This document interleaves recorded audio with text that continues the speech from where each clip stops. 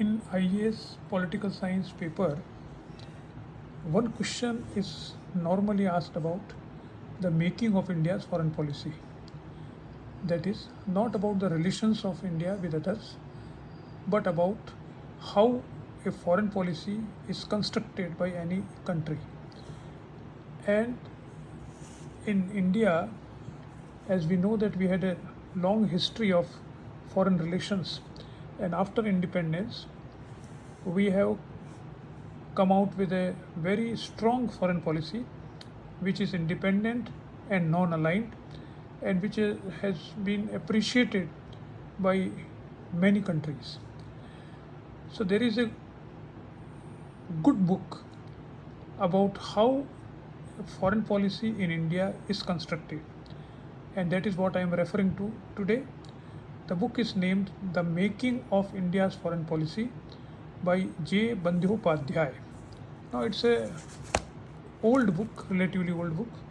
The second edition was published in about 1980, and the publication is by Allied Publishers Private Limited. J. Bandyopadhyay was a professor of political science in Jadavpur University, who has written many good books, including Social and Political Thought of Gandhi, as well as a comparison of Gandhi and Mao Zedong. But he is primarily a man of international relations, and he has been to University of Oxford and many other universities, and he has come out with a very brilliant book, in my opinion, about the making of Indian foreign policy.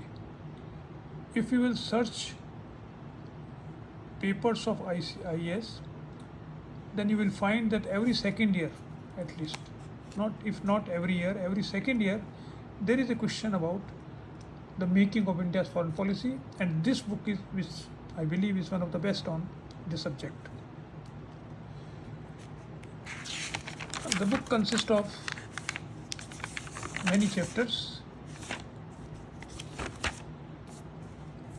and it takes each chapter as the constituent of foreign policy. First is the national interest as an end, which is divided into three parts: security, national development, and world order. The second is complexity and variability of means, which is also divided into three parts: defense, diplomacy, and communication. Then chapter 2 is the most important chapter, which talks about the basic determinants of foreign policy. The first is geography. We know that geography is a very important factor. Then we have economic development. Then we have political traditions. Then we have domestic milieu. And the last one is international milieu.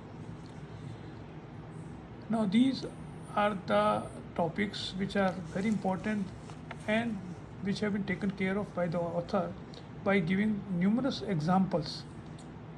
Although the book is old because it was first published in 1970 and the second edition is 1980, so most of the examples are from the Nehru time or Shastri or Indiraji's time. But still, even if the examples are old, they very much describes and elaborate the making of India's foreign policy. And as we know that foreign policy, our principles of foreign policies were made during Nehru's time, and we are still following most of these principles. Then we have within this chapter two more determinants. One is the military strength and second is the national character. The national character is an important topic which determines how the leader of our nation will behave at international level.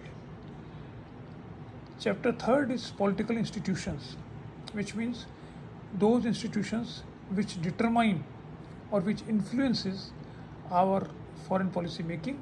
First is public opinion, second is party institutions, and the third is pressure groups. In pressure groups, I think one of the two more important factors are business interests and foreign lobbies. As the book is a pre-globalization book, so here the new world which has come into existence after globalization, the content of the chapters of the business interests and foreign lobbies are, I think, drastically changed. But others' interests are still there, like armed forces behave in the same manner, civil servants behave in the same manner, and trade unions have already lost their strength. So, this chapter, the pressure groups, you have to consult the new books which are uh, appropriate for a post-global world. Then we have chapter 4, that is Ministry of External Affairs, and it describes the organization and infrastructure of the External Affairs Ministry, which includes structure and organization and political diplomacy, how events are reported. Then we have economic diplomacy, military diplomacy, which is part of the Ministry of External Affairs, cultural diplomacy, propaganda, intelligence, policy planning, personal planning, and coordination. Chapter 5th is the personality factor. Now, that is very important because ultimately the principles of foreign policies are abstract and they are concretized by the Prime Minister and how his behavior and his thinking affects foreign policy outcome, that is described in this chapter. The Nehru era, as I told you, is detailed, and Nehru's and the problems which came during his time, like Kashmir and Tibet and China and Goa and a non-alignment, all are dealt in a very scholarly manner. Then we have the Shastri era, and the last is the Indira Gandhi era. Well, as I told you that the book is old one, and I don't know if the new book named like Making of Indian Policy has come out. I have no idea, but I have read it.